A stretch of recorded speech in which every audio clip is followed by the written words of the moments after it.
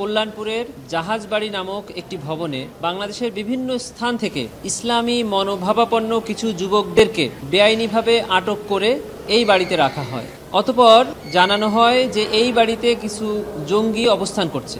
এরপর এই বাড়িতে একটা রেড দিয়ে তৎকালীন আইন শৃঙ্খলা বাহিনী তাদের ঊর্ধ্বতন কর্তৃপক্ষের আদেশে বাড়িতে হামলা করে এবং সরাসরি গুলি করে এই ভবনের কক্ষে থাকা ইসলামী মনোভাবাপন্ন যুবকদেরকে হত্যা করে।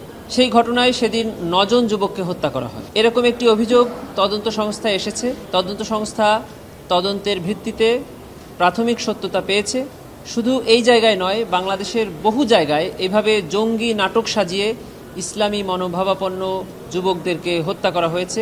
ইসলামকে এক ধরনের ফোবিয়া মানে ভীতিকর ধর্ম হিসাবে মানুষের কাছে উপস্থাপন করা হয়েছে।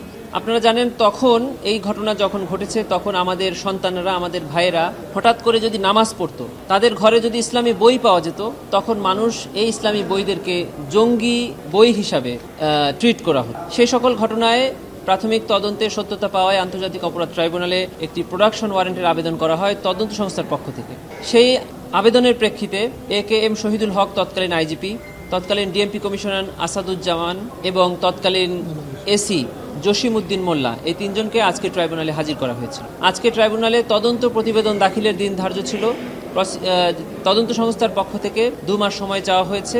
মাননীয় ট্রাইব্যুনাল 2 মাস সময় মঞ্জুর করে 2 মাস পরে মামলার নির্ধারিত তারিখ ধার্য করেছে। তাদেরকে এই মামলার তদন্তের অগ্রগতির জন্য জিজ্ঞাসাবাদের আবেদন তদন্ত সংস্থা থেকে করা হয়েছিল। সেই আবেদনও মঞ্জুর হয়েছে।